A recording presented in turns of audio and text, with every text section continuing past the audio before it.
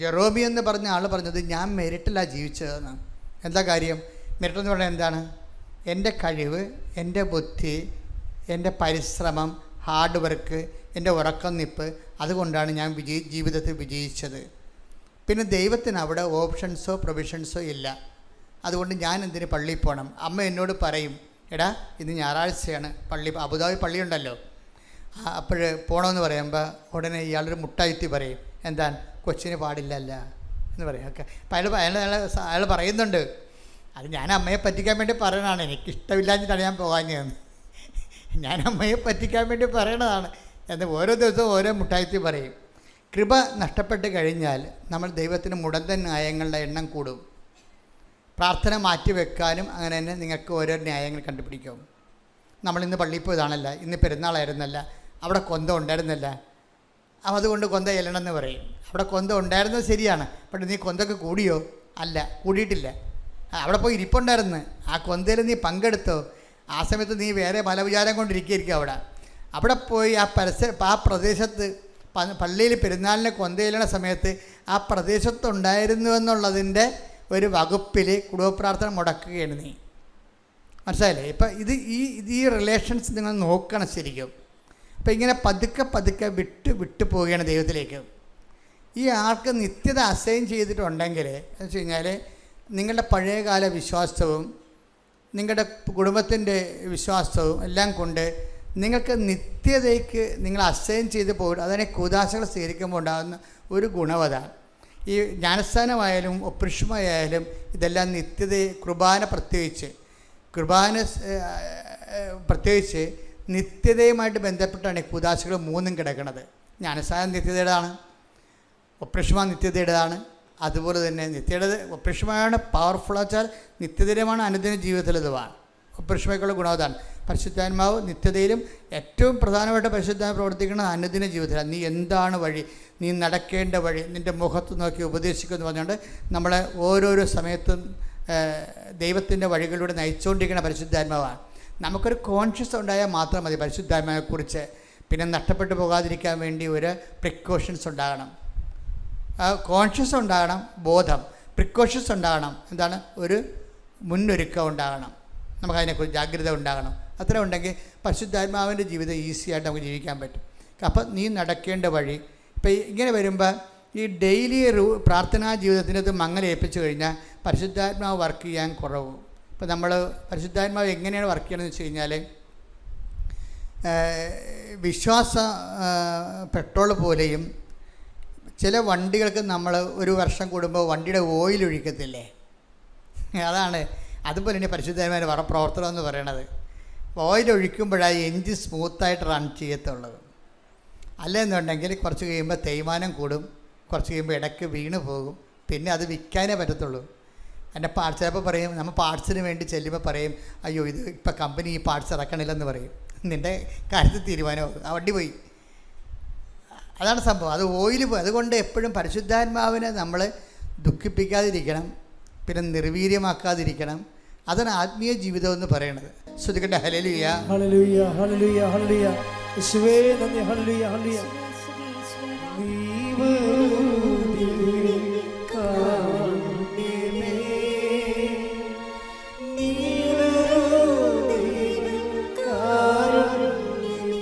ഒരുമിച്ച് എല്ലാവരും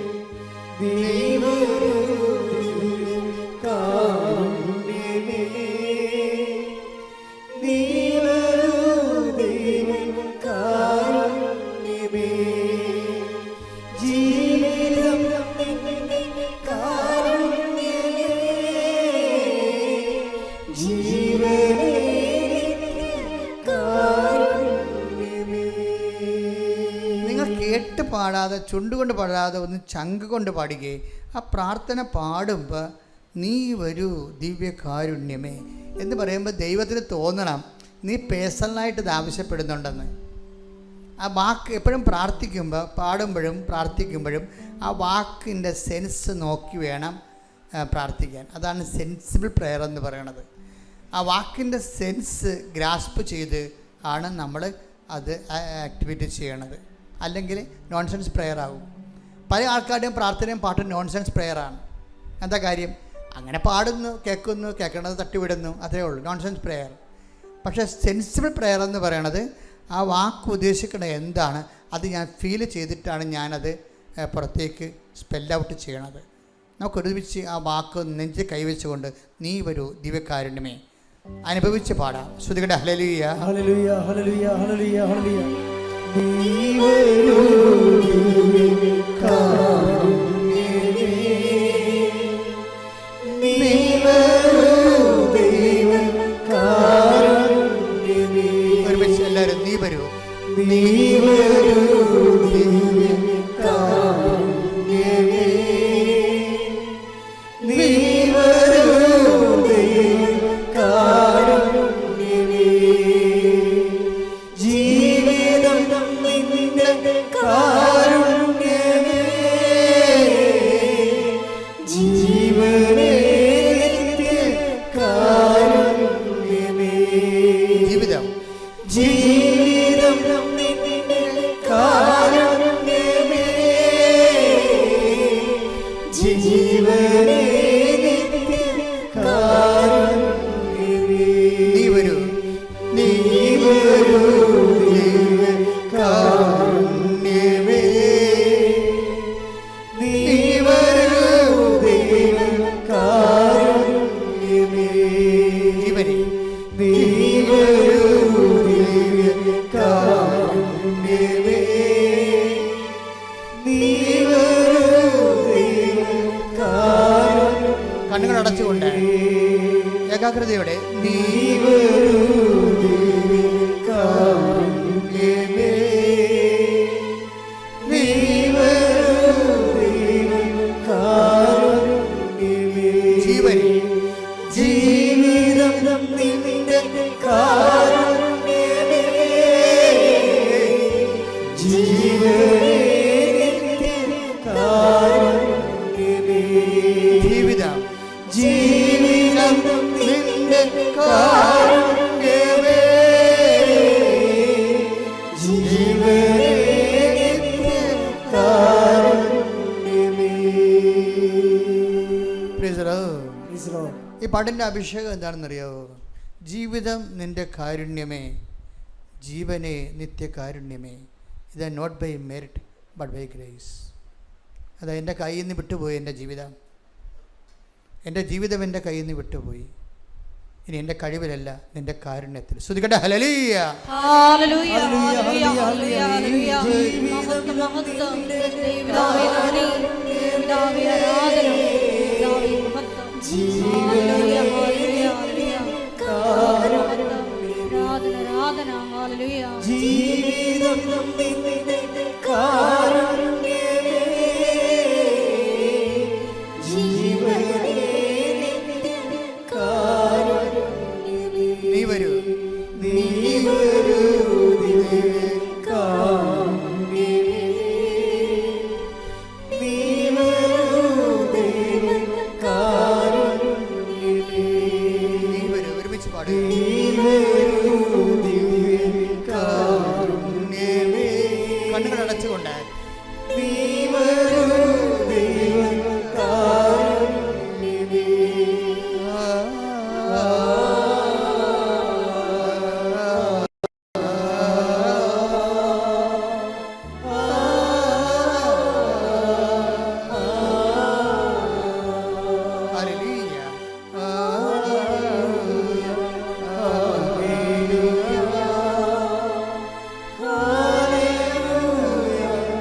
ഹല്ലേലൂയ. എൻ്റെ പേര് നീന, ഇതെൻ്റെ ഹസ്ബൻഡാണ് സാബു, ഇതെൻ്റെ അമ്മ ആനീസ്. ഞങ്ങൾക്ക് അമ്മ മാതാവും തിരുക്കുമാരനും എൻ്റെ കുടുംബത്തിനും എനിക്ക് തന്ന വലിയൊരു കൃപ ഇവിടെ എല്ലാവരുടെ മുന്നിൽ പറയുവാനും മാതാവിനോടും തിരുക്കുമാരനോടും ഒരുപാട് നന്ദി പറയുവാനാണ് ഞാൻ ഇന്നേ ദിവസം ഇവിടെ നിൽക്കുന്നത്. ഞാൻ ആദ്യമായിട്ട് കൃപാസനത്തിൽ വരുന്നത് 2020 അന്ന് മുതൽ ഞാൻ അമ്മയോട് ഒരുപാട് പ്രാർത്ഥിക്കുമായിരുന്നു. അമ്മയോട് പ്രാർത്ഥിച്ച എൻ്റെ എല്ലാ കാര്യങ്ങളും അമ്മ എനിക്ക് നടത്തി തന്നിട്ടുണ്ട്. ആ വിശ്വാസം എന്നും എന്നിലുണ്ടായിരുന്നു. ഞാൻ ഒരുപാട് കഷ്ടപ്പെട്ട സമയത്തും മാതാവിനെ ഞാൻ വിളിച്ച് നന്ദി പറഞ്ഞായിരുന്നു. അതൊക്കെ എനിക്ക് അമ്മ മാതാവ് സാധിച്ചു തന്നു. പല നന്ദികളും ഞാൻ പറയാൻ വിട്ടുപോയിട്ടുണ്ട്. അതിനോട് ഞാൻ അമ്മ മാതാവിനോടും തിരുക്കുമാരനോടും സോറി പറയാണ്. ഇന്ന് ഞാൻ പറയാൻ പോകുന്നത്, ഞങ്ങൾ 2017 എൻ്റെ കല്യാണം കഴിക്കണേ. അന്ന് മുതൽ ഞങ്ങൾ ഓസ്ട്രേലിയയിലാണ് ജീവിക്കണേ. ഞങ്ങൾ 2 പേരും നഴ്സുമാരാണ്. എല്ലാ 2 വർഷം കൂടുമ്പോഴാണ് ഞങ്ങൾ നാട്ടിൽ വരിക. ആ സമയത്തൊക്കെ ഞങ്ങൾ ചെറുതായിട്ട് ഹെൽത്ത് ചെക്കപ്പുകൾ ചെയ്യും. അവിടത്തേലും എളുപ്പമാണ് ഇവിടെ പല കാര്യങ്ങളും ചെയ്യാൻ. അതുകൊണ്ട് ഞങ്ങളങ്ങനെ ചെയ്യാറുണ്ട്. ഈ പ്രാവശ്യം ഞങ്ങൾ വന്നപ്പോഴും അത് ഞങ്ങളുടെ മനസ്സിലുണ്ട്. അപ്പോൾ ഞങ്ങൾ ഫെബ്രുവരി 20 അതിന് ഒരു ഹോസ്പിറ്റലിൽ പോവുകയും അതിൻ്റെ കാര്യങ്ങൾ ചെയ്യുമായിരുന്നു. അപ്പോൾ എനിക്ക് തൈറോയ്ഡ് ഉണ്ട്. കഴിഞ്ഞ 5 വർഷമായിട്ട് ഞാൻ മരുന്ന് കഴിക്കുന്നുണ്ട്. അപ്പോൾ എനിക്കെപ്പോഴും അതൊരു എൻ്റെ മനസ്സിലൊരു വിഷമമല്ല, ഇങ്ങനെ എപ്പോഴും എൻ്റെ മനസ്സിൽ തോന്നിക്കുന്ന ഒരു കാര്യമാണ്. തൈറോയിഡിലും മുഴ വരും. മുഴ പലർക്കും ഞാൻ കേട്ടിട്ടുണ്ട്. അതെനിക്ക് വളരെ പേടിയുള്ളൊരു കാര്യമായിരുന്നു. അങ്ങനെ ഈ പ്രാവശ്യം ഞാൻ 20 ഞാൻ സ്കാനിങ്ങിന് പോകുമ്പോൾ ഈ കൊന്ത എൻ്റെ കയ്യിലുണ്ട് എപ്പോഴും. കഴിഞ്ഞ പ്രാവശ്യം ഞാനിവിടെ 2023 ഞാൻ അവസാനമായിട്ട് വന്നത്. അന്ന് ഞാനിവിടെ വന്നപ്പോൾ ഈ കൊന്ത ഞാൻ മേടിച്ചായിരുന്നു. അന്ന് മുതൽ ഈ അമ്മ മാതാവിൻ്റെ കൊന്ത എൻ്റെ കയ്യിലുണ്ടായിരുന്നുണ്ട്. അന്ന് മുതൽ ഞാൻ പ്രാർത്ഥിക്കുന്ന എല്ലാ അമ്മ മാതാവ് സാധിച്ചിട്ടുണ്ട്. ഈ കൊന്ത ഞാൻ അന്നും കൊണ്ടുപോയായിരുന്നു. എൻ്റെ കയ്യിലുണ്ടായിരുന്നു ഈ കൊന്ത. ഇങ്ങനെ ഞാൻ മുറുക്കി പിടിച്ചാണ് സ്കാനിങ്ങിന് അവിടെ പോയതും. ഞാൻ അവിടെ കിടക്കുമ്പോൾ ഞാനിങ്ങനെ ഡോക്ടർ ഇങ്ങനെ സ്കാൻ ചെയ്യുമ്പോൾ മുഴയുണ്ട്, അതിന് ഇത്ര സെൻറ്റിമീറ്ററാണ്, ഇന്ന ക്യാരക്ടറൊക്കെ ഉണ്ടെന്ന് പറയണത് ഞാൻ കേട്ടു. ഞാനൊരു നേഴ്സായിരുന്നപ്പോൾ എനിക്ക് പെട്ടെന്ന് മനസ്സിലായി. എനിക്ക് അപ്പം തന്നെ അമ്മ മാതാവേ എനിക്ക് മുഴയുണ്ടല്ലോ എന്ന് ഞാൻ വിചാരിച്ചു. അങ്ങനെ അപ്പോൾ ഹസ്ബൻഡ് എൻ്റെ കൂടെ വന്നിട്ടുണ്ടായിരുന്നു. ഹസ്ബൻഡ് പുറത്തിരിക്കുന്നുണ്ടായിരുന്നു. അപ്പോൾ എന്നോട് ചോദിച്ചു എങ്ങനെയുണ്ടായിരുന്നു സ്കാനൊക്കെ എന്ന് ചോദിച്ചപ്പോൾ ഞാൻ പറഞ്ഞു പേടിക്കേണ്ട, ഒരു മുഴയുണ്ടെന്ന് ഞാൻ കേട്ടു. അത്രമാത്രം ഞാൻ പറഞ്ഞു. അത് കഴിഞ്ഞപ്പോൾ എനിക്ക് പേടി കൂടി. പക്ഷെ മാതാവിനെ ഞാൻ മുറുക്കി പിടിച്ച് മാതാവിനോട് ഞാൻ പ്രാർത്ഥിച്ചുകൊണ്ടിരുന്നു. അപ്പോൾ തന്നെ ഞാൻ ഗൂഗിളിൽ ചുമ്മാ ആ ഡോക്ടർ പറഞ്ഞ ഓരോ വേർഡ് ഞാൻ അടിച്ചു കൊടുത്തപ്പോൾ ഒക്കെ അതിൻ്റെ ക്യാരക്ടർ ചെക്ക് ചെയ്യുമ്പോൾ ഒക്കെ അത് കാണിക്കുന്നത് ക്യാൻസറിൻ്റെ സാധ്യത എന്നാണ്. എനിക്ക് ഹസ്ബൻഡിനോട് ഞാൻ പറഞ്ഞില്ല അത്. പക്ഷെ എന്നാലും എൻ്റെ മനസ്സിൽ അത് അങ്ങനെ ഭയങ്കര ഭയം വന്നു. അപ്പം തന്നെ ഞാൻ ഹസ്ബൻഡിനോട് പറഞ്ഞു നമുക്ക് നാളെ തന്നെ ഒന്ന് കൃപാസനത്തിൽ പോകണം. അപ്പോൾ ഹസ്ബൻഡ് പറഞ്ഞു അത് കുഴപ്പമില്ല നമുക്ക് പോവാമെന്ന് പറഞ്ഞു. അപ്പോൾ ആൾക്കുവാണെങ്കിലും ഞങ്ങളും അസ്വസ്ഥതായി, ഇങ്ങനെ ഒരു മൊഴിയുണ്ട്, എന്താവുമെന്ന്. അപ്പോൾ റിസൾട്ട് എപ്പോഴാണ് കിട്ടാമെന്ന് ചോദിച്ചപ്പോൾ പറഞ്ഞു 2:30 റിസൾട്ട് കിട്ടാമെന്ന് പറഞ്ഞു. അപ്പോൾ 2:30 ഡോക്ടർ വിളിപ്പിച്ചപ്പോൾ ഡോക്ടർ പറഞ്ഞു റിസൾട്ട് വന്നിട്ടുണ്ട്, അതിലൊരു മുഴയുണ്ട്. അപ്പോൾ ഞാൻ ഫിസീഷ്യനാണ്, എനിക്കൊന്നും ചെയ്യാൻ പറ്റത്തില്ല, നിങ്ങൾ സർജനെ പോയി കാണാൻ പറഞ്ഞു. അപ്പോൾ സർജനും പറഞ്ഞു ഈ മുഴയുണ്ട്, മുഴയുടെ ഇതുകൾ കണ്ടിട്ട് ക്യാൻസറിന് സാധ്യതയുണ്ട്. അപ്പോൾ നിങ്ങൾ FNAC എന്ന് പറഞ്ഞൊരു ടെസ്റ്റ് ചെയ്യണമെന്ന് പറഞ്ഞു. അതൊരു നീഡിൽ നമ്മുടെ ആ മുഴയിൽ കുത്തിയെടുത്ത് പരിശോധിക്കുന്നതായിരുന്നു. അത് ചെയ്യണമെന്ന് പറഞ്ഞു. അന്ന് തന്നെ ഞങ്ങളത് ചെയ്യുകയും സാമ്പിൾ കൊടുക്കുകയും ചെയ്തു. പിറ്റേ ദിവസം ഞങ്ങളിവിടെ വന്നു. ഞങ്ങൾക്കറിയില്ല ഉടമ്പടി എടുക്കാൻ പറ്റുമോ, എന്തായിരിക്കും ഞങ്ങളുടെ അവസ്ഥകൾ എന്നറിയില്ല. പക്ഷെ എന്നാലും ഞങ്ങൾ കുറച്ച് വിശ്വാസത്തോടുകൂടി ഇവിടെ വരികയും ഞങ്ങളിവിടെ ഒരു 10:30 ആയപ്പോഴേക്ക് എത്തി. നേരെ പോയി ടോക്കൺ എടുത്തു. 2 മണിക്ക് ക്ലാസ് എന്ന് പറഞ്ഞു. ഞങ്ങളിവിടെ വന്നു. ഇവിടെ വന്ന് ഞങ്ങൾക്ക് നന്നായിട്ട് പ്രാർത്ഥിക്കാനും ഞാൻ കുറഞ്ഞേ കരഞ്ഞൊക്കെ പ്രാർത്ഥിച്ചു. അമ്മ മാതാവേ എന്നെ കൈവിടല്ല മാതാവേ, എവിടെ നോക്കുമ്പോഴും എനിക്കിത് ക്യാൻസറിൻ്റെ സാധ്യത കൂടിക്കൊണ്ടിരിക്കുകയാണ്, എന്നെ കൈവിടല്ല മാതാവേ എന്ന് ഞാൻ കരഞ്ഞ് ഞങ്ങൾ പ്രാർത്ഥിച്ചു. ഇവിടെ നോക്കിയപ്പോൾ കുമ്പസാരിക്കാൻ നല്ലൊരു അവസരമായിരുന്നു. ഞങ്ങൾക്ക് 2 മണി വരെ ഒരു സമയം ഉണ്ടായിരുന്നു.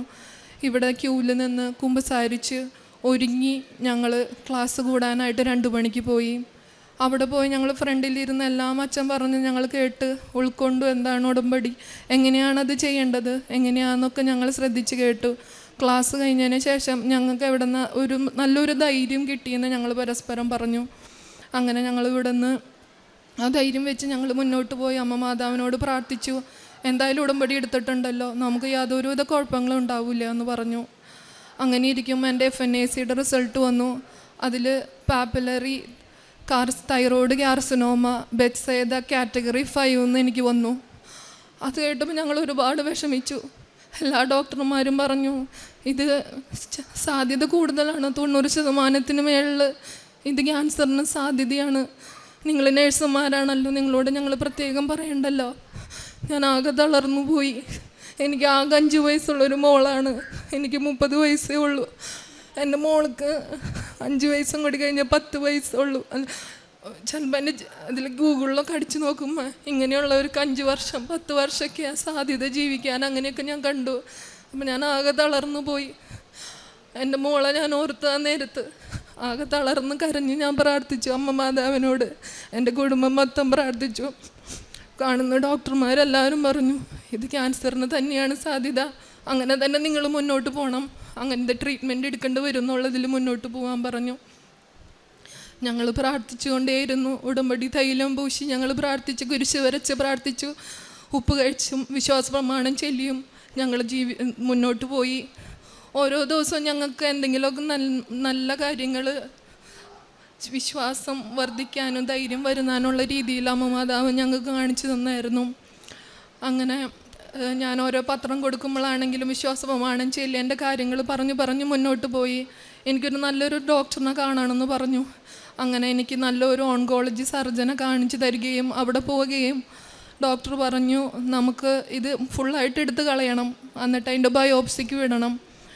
അപ്പോൾ എൻ്റെ ഹസ്ബൻഡ് നേഴ്സാണ്. ആളിങ്ങനെ ചോദിച്ചു ഇത് ഏതെങ്കിലും രീതിയിൽ ക്യാൻസർ അല്ലാണ്ടിരിക്കാൻ കേൾക്കാൻ പറ്റുമോ ഡോക്ടറെ എന്ന് പറഞ്ഞപ്പോൾ ആൾ പറഞ്ഞു ഇത് തന്നെയാണ്, നമുക്കിങ്ങനെ തന്നെ മുന്നോട്ട് പോവാം. അതൊക്കെ കേൾക്കുമ്പോൾ നമുക്ക് ഒരുപാട് വിഷമങ്ങളായിരുന്നു. അങ്ങനെ ഞങ്ങൾ മാർച്ച് 6-ാം തീയതി ഓപ്പറേഷന് ഡേറ്റ് എടുക്കുകയും എൻ്റെ ഫുള്ള് തൈറോയ്ഡ് എടുത്ത് റിമൂവ് ചെയ്യുകയും ചെയ്തു. അതിനെ തുടർന്ന് അത് ബയോപ്സിക്ക് വിട്ടു. അപ്പോഴൊക്കെ ഞാൻ മാതാവിനോട് പ്രാർത്ഥിച്ചു, മാതാവേ എൻ്റെ കൂടെ വരണമേ, എന്നെ കാത്തുകൊള്ളണേ. ഞാൻ ഓപ്പറേഷന് പോയപ്പോഴും തൈലം പൂശിയും ഉപ്പ് കഴിച്ചും എന്നെ വിശ്വാസ പ്രമാണം ചൊല്ലി ഞാനത് കഴിച്ചു. എൻ്റെ കുടുംബം മൊത്തം എനിക്കൊപ്പം പ്രാർത്ഥിച്ചു. അവിടെ ചെന്നപ്പോൾ ഞാൻ അമ്മയോട് പറഞ്ഞു, അമ്മ മാതാവേ ഞാൻ ഇവിടെ ഓപ്പറേഷനിൽ ടേബിളിൽ കിടക്കാണ്, എനിക്ക് പേടിയൊന്നുമില്ല, പക്ഷെ എൻ്റെ അമ്മ മാതാവ് എൻ്റെ കൂടെ വരണം, എൻ്റെ ഓപ്പറേഷനിൽ എൻ്റെ കൂടെ നിന്ന് ഓപ്പറേഷൻ ചെയ്യണം, എൻ്റെ ബയോപ്സിയുടെ എൻ്റെ അമ്മ എനിക്ക് വേണ്ടി സാമ്പിൾ വിടണം, അമ്മ എനിക്ക് വേണ്ടി അത് നോക്കി തരണം, അമ്മ എനിക്ക് റിപ്പോർട്ട് എഴുതണം, വേറെ ഒരാളും അത് നോക്കി കഴിഞ്ഞാൽ അത് ക്യാൻസറാന്ന് വരുള്ളൂ, ഡോക്ടർമാരും എല്ലാവരും ക്യാൻസറാന്ന് തന്നെയാണ് പറയുന്നത്. അതുകൊണ്ട് അമ്മ മാതാവ് എനിക്ക് മാറ്റിത്തരണം, ആ വിശ്വാസം എൻ്റെ ജീവിതത്തിൽ എന്നും തുടരാൻ അമ്മ മാതാവ് എനിക്ക് സൗഖ്യം തന്ന് എന്നെ കാത്തുകൊള്ളണമെന്ന് ഞാൻ പ്രാർത്ഥിച്ചു. അത് കഴിഞ്ഞിട്ട് 2 ദിവസം ഓപ്പറേഷൻ നന്നായി കഴിഞ്ഞു. അത് കഴിഞ്ഞ് 2 ദിവസം കഴിഞ്ഞപ്പോൾ എനിക്ക് ഡിസ്ചാർജ് കിട്ടി. എന്നെ അവിടെ ചെന്നപ്പോഴാണെങ്കിൽ എന്നെ നോക്കിയ നേഴ്സുമാരാണെങ്കിലും ഞാൻ ഉടമ്പടി തൈലും ഉപ്പും കാശുരൂപവും എല്ലാം കൊണ്ട് ഞാൻ പോയത്, ഉടമ്പടി പത്രമൊക്കെ കൊണ്ടാണ് പോയത്. അവരൊക്കെ എന്നോട് പറയും കൃപാസനത്തിൽ പോയിട്ടില്ലേ ചേച്ചി പേടിക്കേണ്ട, ഞങ്ങളും അവിടെ പ്രാർത്ഥിക്കേണ്ട, കുഴപ്പമില്ല.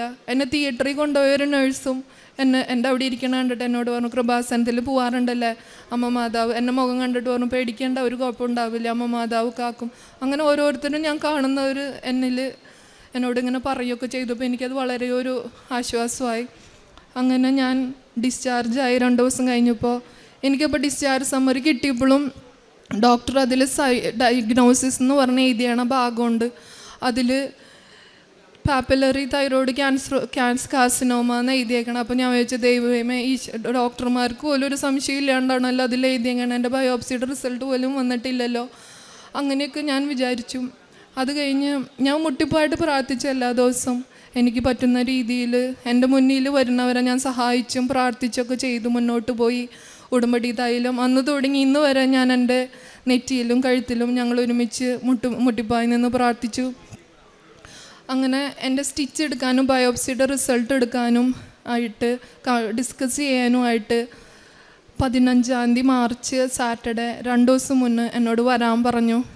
അപ്പം ഞങ്ങൾ ഉറച്ചു വിശ്വസിച്ചു അത് മാതാവിൻ്റെ ദിവസമാണ്, അമ്മ മാതാവ് എന്നെ കൈവിടില്ല എന്ന് എനിക്ക് ഉറച്ചൊരു വിശ്വാസം മാതാവ് എനിക്ക് തന്നു. അങ്ങനെ ഇരിക്കുന്ന ദിവസം കഴിഞ്ഞ ചൊവ്വാഴ്ച ഞാൻ പിന്നെയും എൻ്റെ ഡിസ്ചാർജ് സമ്മറി എൻ്റെ കയ്യിൽ കിട്ടാനൊരു സാഹചര്യം ഉണ്ടായി. ഡോക്ടർ മെസ്സേജ് അയച്ചു, ഇപ്പോൾ കഴിക്കണം മരുന്നുകളുടെ ഡീറ്റെയിൽസിൻ്റെ ഒരു ഫോട്ടോ എടുത്ത് അയച്ചു തരാൻ പറഞ്ഞു. വാട്സപ്പിൽ മെസ്സേജ് വന്നു. അപ്പോൾ പിന്നെയും ഞാൻ എടുത്ത് അത് ഫോട്ടോ, അപ്പോഴും ഞാൻ കണ്ടു നീന ജോയി 30 വയസ്സ്, ഡയഗ്നോസിസ് പാപ്പുലറി തൈറോയ്ഡ് കാർസിനോമ എന്ന്. അപ്പോൾ ഞാനിങ്ങനെ വിഷമിച്ചിരിക്കണ സമയത്ത് ഞാൻ വിചാരിച്ചു വിഷമിക്കേണ്ട, കൃപാസനത്തിൽ എന്തെങ്കിലും കാണാം എന്ന് വിചാരിച്ചു. അപ്പം തന്നെ ഞാൻ തുറന്നപ്പോൾ ഇവിടുത്തെ ഉടമ്പടി ധ്യാനമാണെന്ന് ഞാൻ മറന്നു പോയിരുന്നെന്ന്, ഇവിടെ ഉടമ്പടി ധ്യാനം ഉണ്ടല്ലോ എന്ന്. അതെടുത്തപ്പോൾ അച്ഛൻ എടുത്ത വഴി ഞാൻ കേൾക്കണത് FNACക്ക് വിട്ട നെഗറ്റീവായ തൈറോയിഡിന് FNACക്ക് വിട്ട ഒരു മോളുടെ റിസൾട്ട് ബയോപ്സിയുടെ റിസൾട്ട് വന്നപ്പോൾ അത് നെഗറ്റീവായി എന്നാണ് കണ്ടത്. അപ്പോൾ എനിക്കത് കേട്ടപ്പോൾ ഭയങ്കര ഒരു വിശ്വാസമായി. അമ്മ മാതാവേ, ഞാനും ഈ സെയിം സ്റ്റേജിൽ കൂടെയാണ് കടന്നു പോണേ. FNACയിൽ അവർ സസ്പീഷ്യസ് തൈറോയ്ഡ് ക്യാൻസർ എന്ന് പറഞ്ഞിട്ട് ഞാൻ ബയോപ്സിക്ക് വെയിറ്റ് ചെയ്തിരിക്കുക. അമ്മ മാതാവ് എന്നെ കാക്കണമെന്ന് ഞാൻ പ്രാർത്ഥിച്ചു. പിന്നെ ആ ഉടമ്പടി ധ്യാനം ഒത്തിരുന്ന് കാണുകയും എനിക്ക് ഭയങ്കര വിശ്വാസമാവുകയും ചെയ്തു. അങ്ങനെ ഞങ്ങൾ സ്റ്റിച്ച് എടുക്കാനും ബയോപ്സിയുടെ റിസൾട്ടിൻ്റെയും ദിവസമായി. അപ്പോൾ തലേ ദിവസം ഞങ്ങൾ വിളിച്ചു ചോദിച്ചു, റിസൾട്ട് റെഡിയായോ, ഞങ്ങൾ വന്നോട്ടെ എന്ന് ചോദിച്ചു. അപ്പോൾ അവർ പറഞ്ഞു റിസൾട്ട് ആയിട്ടില്ല, പക്ഷെ നിങ്ങളെന്തായാലും വായോ, അല്ലെങ്കിൽ നമുക്ക് സ്റ്റിച്ച് എടുക്കാൻ വേറൊരു ദിവസം നമുക്ക് ഡിസ്കസ് ചെയ്യാമെന്ന് പറഞ്ഞു. അപ്പോൾ ഞങ്ങളെന്തായാലും ഉറപ്പിച്ചു. ഞങ്ങളെന്തായാലും ശനിയാഴ്ച 11:30 15 മാർച്ചിന് ഞങ്ങൾ ചെല്ലാം. മാതാവിനോട് എല്ലാം സമർപ്പിച്ച് പ്രാർത്ഥിച്ച് ഞങ്ങൾ പോയി. കുർബാന കൂടി അന്ന് രാവിലെ. അതിനുശേഷം ഞങ്ങളെല്ലാവരും കാറിലിരുന്ന് മുട്ടിപ്പായിട്ട് കൊന്തകൾ ചെല്ലുകയും പ്രത്യക്ഷീകരണത്തിൻ്റെ പ്രാർത്ഥന 7 തവണ ചെല്ലുകയും ചെയ്തു. ഡോക്ടറിനെ കാണുന്നതിന് മുന്നായിട്ട് എൻ്റെ ഭർത്താവിൻ്റെയും നെറ്റിയിൽ ഞങ്ങൾ ഉടമ്പടി തൈലം പൂശുകയും ഉപ്പ് കഴിക്കുകയും വിശ്വാസ പ്രമാണം ചൊല്ലി ഞങ്ങൾ റൂമിലോട്ട് കയറി. അപ്പോഴും ഞാൻ പ്രാർത്ഥിച്ചു, അമ്മ മാതാവേ, റിസൾട്ട് അമ്മ എന്നോട് പറയണേ. ഡോക്ടറാണ് അവിടെ ഇരിക്കണമെങ്കിലും അമ്മ എന്നോട് സംസാരിക്കണേ എന്ന് ഞാൻ പ്രാർത്ഥിച്ചു. അവിടെ ഇരുന്ന് കഴിഞ്ഞപ്പോൾ ആകെ ഞാൻ പേടിച്ച് വിറച്ച് ഞാൻ അവിടെ ഇരുന്നത്.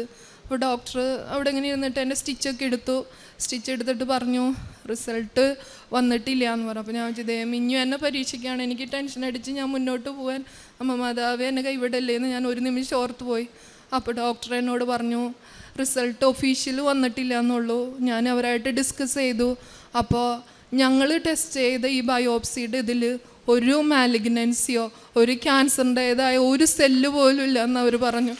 അവരെൻ്റെ ആ റിസൾട്ട് കണ്ട് ആശ്ചര്യപ്പെട്ടു. അപ്പോൾ അവർ പറഞ്ഞു ഇപ്പോൾ ചെയ്ത ആ ബയോപ്സി റിസൾട്ട് ഞങ്ങളുടെ സീനിയർ ഡോക്ടേഴ്സായിട്ട് ഡിസ്കസ് ചെയ്തിട്ട് നിങ്ങൾക്ക് ഒഫീഷ്യലായിട്ട് റിസൾട്ട് ഞങ്ങൾ തരാമെന്ന് പറഞ്ഞു. അപ്പോൾ എനിക്ക് ഉറപ്പായി ഇനി ഒഫീഷ്യൽ റിസൾട്ട് എന്തായാലും അത് നെഗറ്റീവായിരിക്കും. എൻ്റെ അമ്മ മാതാവ് ഇത്ര വലിയൊരു അനുഗ്രഹം എനിക്ക് തന്നിട്ട് ഇനി ഒരു മാറ്റം ഉണ്ടാവില്ല, ഞങ്ങൾ ഉറപ്പിച്ച് വിശ്വസിച്ചു.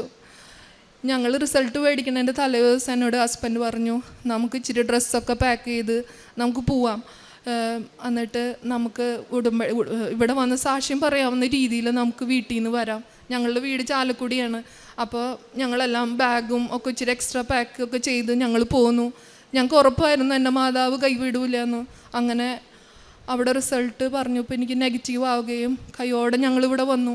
അപ്പോൾ വണ്ടിയിൽ നിന്ന് എൻ്റെ ഹസ്ബൻഡ് പറഞ്ഞു അമ്മ മാതാവ് നമ്മുടെ ഒഫീഷ്യലായിട്ടുള്ള റിസൾട്ട് ഇവിടെ വെച്ച് എനിക്ക് തരുമെന്ന് എനിക്ക് ഉറപ്പുണ്ടെന്ന്. ഞങ്ങളിവിടെ വണ്ടി ഇട്ട് ഞങ്ങൾ തിരിഞ്ഞപ്പോൾ ഞങ്ങൾക്ക് ഹോസ്പിറ്റലിൽ നിന്ന് മെസ്സേജ് വന്നു, വാട്സപ്പിലോട്ട് മെസ്സേജ് വന്നു ഒഫീഷ്യൽ റിസൾട്ട് റെഡി ആയിട്ടുണ്ടെന്ന്. അപ്പോൾ ഹസ്ബൻഡ് പറഞ്ഞു നമുക്കിവിടെ ഒന്ന് പ്രാർത്ഥിച്ചിട്ട് അമ്മയുടെ മുന്നിൽ നിന്നിട്ട് നമുക്കത് റിസൾട്ട് തുറക്കാമെന്ന് പറഞ്ഞു. ഞങ്ങളിവിടെ വന്നപ്പോൾ കുർബാനയുടെ നേരമായിരുന്നു, വൈകുന്നേരമായിരുന്നു, 6 മണി ആ നേരമായിരുന്നു. ഇവിടെ വന്നു ഞങ്ങൾ കുർബാന ഫുള്ള് ഇവിടെ നിന്ന് കൂടിയിട്ട് ഞാൻ അങ്ങനെ പ്രാർത്ഥിച്ചൊന്നുമില്ല. പക്ഷേ എനിക്ക് ഉറപ്പായിരുന്നു എൻ്റെ മാതാവ് എനിക്കത് നടത്തി തരുമെന്ന് ഞാൻ എനിക്കൊരു ഡൗട്ടും ഉണ്ടായിരുന്നില്ല.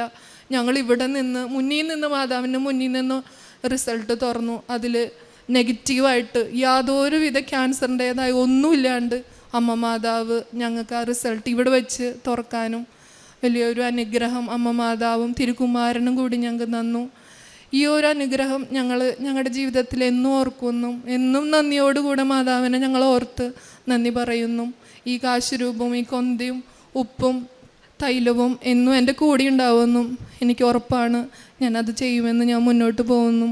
ഞാൻ അമ്മയോട് ഞാൻ പറയുന്നു. പിന്നെ ഞാൻ കാരുണ്യപ്രവൃത്തി ഉടമ്പടി എടുത്തതിന് ശേഷം കാരുണ്യപ്രവൃത്തികളായിട്ട് ഞങ്ങളുടെ അവിടെ ഒരു അമ്മ മഠം എന്ന് പറഞ്ഞിട്ടുണ്ട്. അവിടെ ആവശ്യരായ ആരുമില്ലാത്ത കുറേ അമ്മമാരുണ്ട്. അവരൊക്കെ വിസിറ്റ് ചെയ്യുകയും അവരോട് കൂടി ഇരിക്കുകയും അവർക്ക് പറ്റുന്ന രീതിയിലുള്ള സഹായങ്ങൾ ചെയ്യാനും ഞങ്ങൾ സഹായിച്ചു. പിന്നെ സെറിബ്രൽ പാലസി എന്ന് പറഞ്ഞ രോഗമായിട്ടുള്ള കുഞ്ഞുമക്കളുടെ ഒരു സ്ഥലമുണ്ട്. അവിടെ പോവുകയും അവിടെ സന്ദർശിക്കുകയും അവർക്ക് ആവശ്യമുള്ള കാര്യങ്ങൾ ചെയ്യുകയും ചെയ്തു.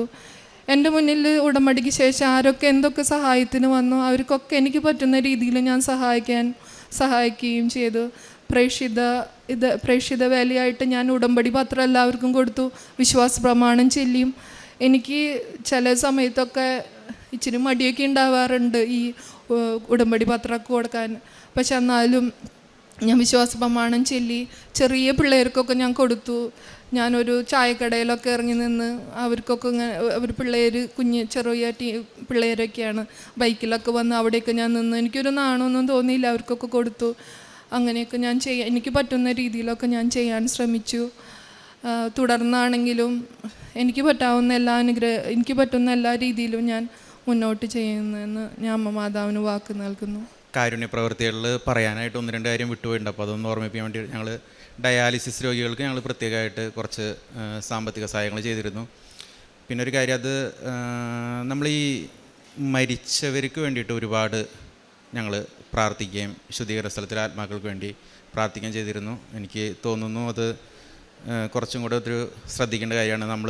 നമുക്ക് ഇപ്പോൾ ഒരു ജോലി തിരക്കാണ്, ഇപ്പോൾ നമുക്കിപ്പോൾ അതിൻ്റെ ഒരു ബ്രേക്കിൻ്റെ സമയമാണ്. നമുക്ക് പുറത്ത് പോയിട്ട് ഒരാൾക്ക് ചെയ്യാൻ പറ്റില്ലെങ്കിൽ നമ്മളൊരു കൊന്ത എത്തിച്ചു കഴിഞ്ഞിട്ടുണ്ടെങ്കിൽ ഒരുപാട് ശുദ്ധീകരണ സ്ഥലത്തിലെ ആത്മാക്കൾക്ക് അവർക്കും കരുണ ആവശ്യമുണ്ട്.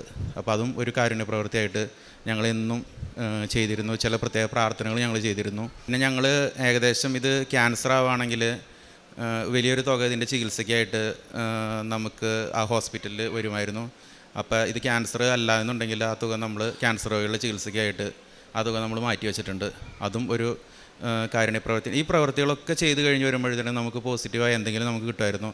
പ്രത്യേകിച്ച് പറയേണ്ട ഒരു കാര്യം, ഞങ്ങൾ അടുത്ത് കൂടപ്പുഴ അനുഗ്രഹ സദനം എന്ന് പറഞ്ഞിട്ട് സെറിബ്രൽ പാൾസി വെച്ച ഒരു കുട്ടികളുടെ അവിടെ നമ്മൾ പോയപ്പോൾ അവിടെ സിസ്റ്റേഴ്സിൻ്റെ അടുത്ത് സംസാരിച്ചപ്പോൾ അവർ പറഞ്ഞു, ഈ കൃപാസനം തുടങ്ങിയ പിന്നെ എല്ലാ ആഴ്ചയും മിക്ക ദിവസവും തന്നെ ഏതെങ്കിലും ഒരാൾ സാമ്പത്തികമായിട്ടും ശാരീരികമായിട്ടും സഹായിക്കാനായിട്ട് ഞങ്ങൾക്ക് വരാറുണ്ട്. അത് വലിയൊരു അനുഗ്രഹമാണ് കൃപാസനത്തിൽ എന്നുള്ളത്. അപ്പോഴാണ് ഞാൻ അവരോട് പറഞ്ഞത് ഞാൻ കൃപാസനത്തിൽ ഉടമ്പടി എടുത്തിട്ടാണ് വന്നത്. അപ്പോൾ അവർ പറഞ്ഞു, അപ്പോൾ ഒരു കൃപാസനം അതൊരു മിഷൻ പ്രവർത്തനമായിട്ട് ആൾക്കാരുടെ ജീവിതത്തിൽ അത്രയധികം മാറ്റങ്ങളും വരുത്തുന്നുണ്ടെന്നുള്ളതിൻ്റെ ഒരു തെളിവാണ്. അതേപോലെ തന്നെ എൻ്റെ ഒരു കുടുംബത്തിൽ തന്നെ എൻ്റെ ഒരു ബന്ധു പ്രാർത്ഥിച്ച് നോക്കുന്ന ഒരാൾ, ഞാൻ ഈ മിഷൻ പ്രവർത്തനം നടത്തി തിരിച്ചു വരണമെന്ന് വിളിച്ചിട്ട് പറഞ്ഞു, നിന്നെപ്പറ്റി പ്രാർത്ഥിക്കുമ്പോൾ എനിക്ക് ഭയങ്കരമായിട്ടുള്ളൊരു അനുഗ്രഹം പ്രകാശം തോന്നുന്നുണ്ടല്ലോ, നീ ഇപ്പോൾ എവിടെ നിന്ന് വരണമെന്ന് ചോദിച്ചപ്പോൾ ഞാൻ പറഞ്ഞു, ഞാനിങ്ങനെ പോയിട്ട് ഇങ്ങനെ സെറിബ്രൽ പാൾസി വായിച്ച കുട്ടികളുടെ അടുത്ത് നിന്ന് വരുന്നത്. അപ്പോൾ എനിക്ക് ഉറപ്പ് പറയാൻ പറ്റുന്നൊരു കാര്യമാണ്, നമ്മളൊരു കരുണപ്രവൃത്തി നടത്തുമ്പോൾ മാതാവ് ചിരിച്ച് സന്തോഷിക്കുന്നുണ്ട്, വളരെയധികം സന്തോഷിക്കുന്നുണ്ട്. അത് നമുക്ക് കൃത്യമായിട്ടത് നമുക്ക് മനസ്സിലാവും. ഒരു കാരുണ്യ പ്രവൃത്തികളിൽ ഇങ്ങനെ ഉടമ്പടിയുടെ ഒരു സാക്ഷ്യം ഇത്ര പെട്ടെന്ന് വളരെ പെട്ടെന്ന് മാതാവ് ഇടപെടും. ഒരു ദിവസം പോലും നമ്മൾ ഒരു കാരുണ്യ പ്രവൃത്തി ചെയ്യാനായിട്ട് മടിക്കരുത്. അത് ഇപ്പോൾ നമുക്ക് ശാരീരികമായിട്ട് ചെയ്യാൻ പറ്റില്ലെങ്കിൽ പ്രാർത്ഥനയിലൂടെ ഓർക്കാം. നമുക്ക് ഒരാൾ ഉടമ്പടിയിലേക്ക്, ഞങ്ങളുടെ കുടുംബത്തിൽ തന്നെ 2 പേര് ഉടമ്പടിയോട് ഇച്ചിരി ഒരു മാറി നിന്നൊരു സമീപനം ഉണ്ടായിരുന്നു, സംശയമുള്ളവരായിരുന്നു. അവർ 2 പേരെ കൊണ്ട് നമ്മൾ ഉടമ്പടി ഇടിച്ചു. അതും ഒരു മിഷൻ പ്രവർത്തനമാണ്. മിഷൻ പ്രവർത്തനം വളരെയധികം ഊന്നൽ കൊടുക്കണമെന്ന് ഞങ്ങളുടെ അനുഭവത്തിൽ നിന്ന് ഞങ്ങളിവിടെ സാക്ഷ്യപ്പെടുത്താണ്. എൻ്റെ മോൾക്ക് വേണ്ടിയിട്ട് ഞാൻ മാതാവിനോടും ഈശോയോടും പ്രത്യേകം പ്രാർത്ഥിക്കുകയും ഉടമ്പടി എടുക്കുകയും ചെയ്തതിൻ്റെ ഫലമായിട്ട് എൻ്റെ മോൾക്ക് OET പാസ്സാകാനും ന്യൂസിലാൻഡിൽ പോയി കോഴ്സ് ചെയ്യാനും അവിടുത്തെ രജിസ്ട്രേഷൻ കിട്ടാനും ഓസ്ട്രേലിയയിൽ രജിസ്ട്രേഷൻ കിട്ടാനും അങ്ങനെ ഇപ്പോൾ ഒരു പുതിയ ജോലി അവൾക്ക് റെഡിയാവുകയും ചെയ്തിട്ടുണ്ട്. പിന്നെ അവിടെ ഒരു വീട് കിട്ടാനായിട്ട് ലോൺ പാസ്സാകാനും പ്രത്യേകം പ്രാർത്ഥിച്ചു, അതും സാധിച്ചു. ഇപ്പം എൻ്റെ മോൾക്കൊരു കുഴപ്പമില്ല എന്ന് കേൾക്കാനും ഇടയായി. അതുപോലെ പല കാര്യങ്ങളും ഞങ്ങൾക്ക് അമ്മ മാതാവിനോട് ഈശോയോടും പ്രാർത്ഥിച്ചതിൻ്റെ ഫലമായി കിട്ടിയിട്ടുണ്ട്. ഒരുപാട് നന്ദി പറയുന്നു.